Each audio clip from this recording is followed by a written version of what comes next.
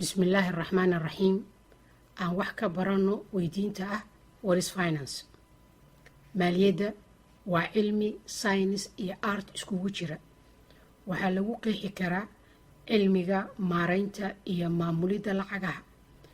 barashada financiga waxa ay muhiim u tahay dadka, shirkadaha iyo hay-adaha, ha ahaadeen kuwa dawliga ah iyo kuwa aanan ahaynba.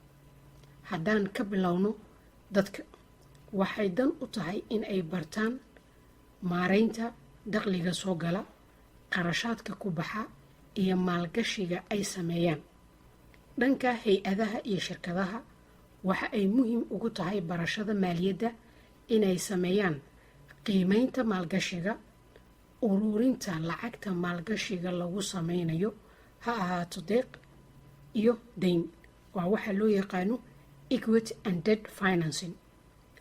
haddaan fiirino shirkadaha faa'iido doonka ah, waxay gooni u tahay in ay bartaan maareynta faa'iidada shirkadda ay samaysay, sidii go-aan saxa looga gaari lahaa.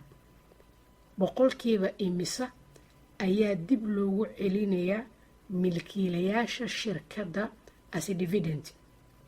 boqolkiina imisa ayaa dib loogu celinayaa isla shirkaddii si loogu ballaariyo waxqabadka shirkadda, taasoo loo yaqaano retained earnings.